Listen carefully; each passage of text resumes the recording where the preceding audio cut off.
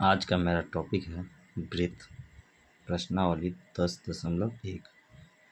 एक वृत्त पर कितनी स्पर्श रेखाएं खींची जा सकती हैं? हम अनेकों रेखाएं खींच सकते हैं। कैसे? तो चलिए हम बताते हैं।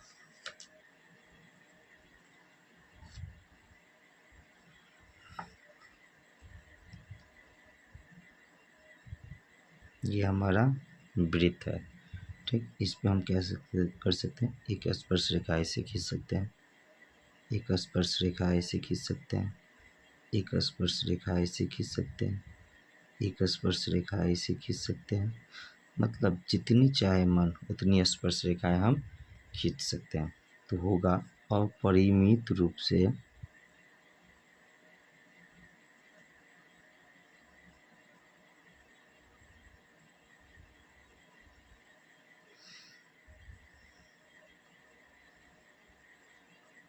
अनेक, अपरिमित रूप से अनेक। इसके बाद है दूसरा क्वेश्चन हमारा कि रिक्त स्थानों को पूर्ति कीजिए। किसी वृत्त की स्पर्श रेखाएं उसे कितने बिंदु पर मतलब डॉट डॉट बिंदुओं पर प्रतिच्छेद करती हैं? तो आपको पता होना चाहिए कि जैसे ही स्पर्श रेखा होती है, ये वृत्त है मान के चलिए, तो स्पर्श रेखा सिर्फ स्पर्श करते हुए क्या करती है? तो आगे की ओर बढ़ती है। तो मान के चलते हैं हम एक बिंदु पर प्रतिच्छेद करते हैं, तो उसे एक बिंदु पर प्रतिच्छेद करते हैं मान के चलना है। इसके बाद है वृत्त को दो बिंदुओं पर प्रतिच्छेद करने वाली रेखा को कहते हैं वैसी रेखा जो वृत्त को दो बिंदु पर प्रतिच्छेद करेगा। एक बिंदु यहाँ हो गया और एक बिंदु यहाँ, जैसे कि ये ए हो गया और ये बी हो गया। तो जैसे ही दो बिंदु पर प्रतिच्छेद करेगा तो वैसे बिंदु को मतलब वैसे रेखा को हम प्रतिच्छेदक या छेदक रेखा कहेंगे। क्या बोलेंगे? छेदक रेखा। ऐसी रेखा को छेदक रेखा कहते हैं। इसके बाद हमारा क्वेश्चन 3 नंबर,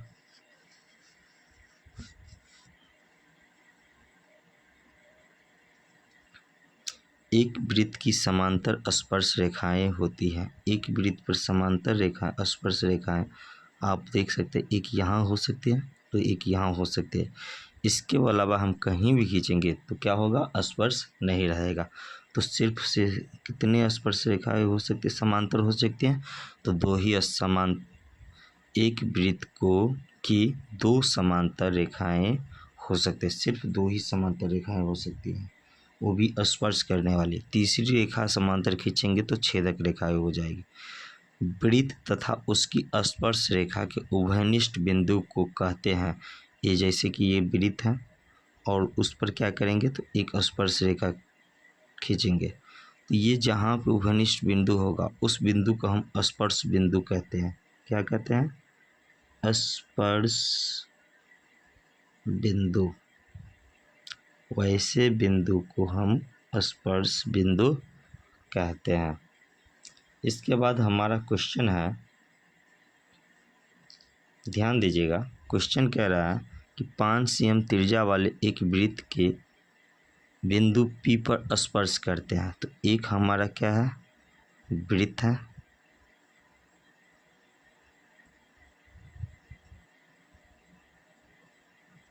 एक हमारा वृत्त है जिसमें एक स्पर्श रेखाएं हैं।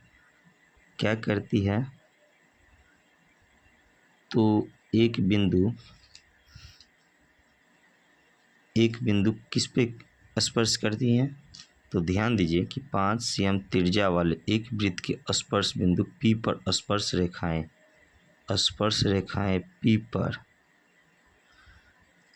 5 cm त्रिज्या वाले एक वृत्त के बिंदु P पर स्पर्श रेखा PQ केंद्र PQ, ये क्या हो गया? Q हो गया। केंद्र O 5 सेंटीमीटर है।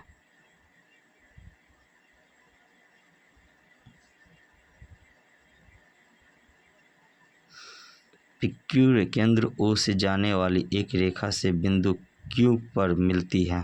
बिंदु Q पर मिलती है कि ओ क्यू बराबर 12 cm, ये ओ क्यू बराबर कितना 12 cm।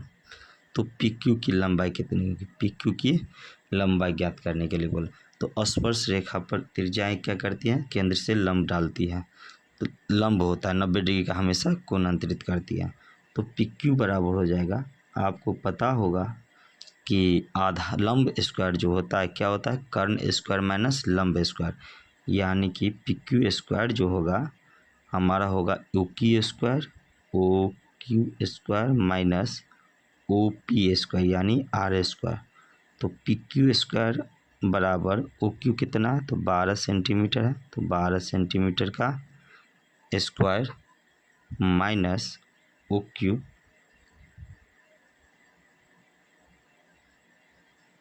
ओ क्यू कितना, ओ पी कितना 5 सेंटीमीटर त्रिज्या है, तो 5 सेंटीमीटर हो जाएगा। इसके बाद पी क्यू के स्क्वायर बराबर जो होगा कितना होगा 12 बढ़न 144 सेंटीमीटर स्क्वायर माइनस 5 का स्क्वायर 25 सेंटीमीटर स्क्वायर।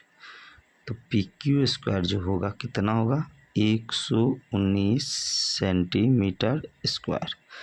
जैसे ही पी क्यू करेंगे तो एक तरफ स्क्वायर हटाते हैं तो दूसरा तरफ क्या होता है, रूट पकड़ता है। तो 119 सेंटीमीटर स्क्वायर है, तो हो जाएगा अंदर रूट 119 सेंटीमीटर स्क्वायर है, तो बाहर आ जाएगा सेंटीमीटर। यही हमारा क्या हो गया, पी क्यू की लंबाई। दोस्त हमारा वीडियो आपको अच्छा लगा हो तो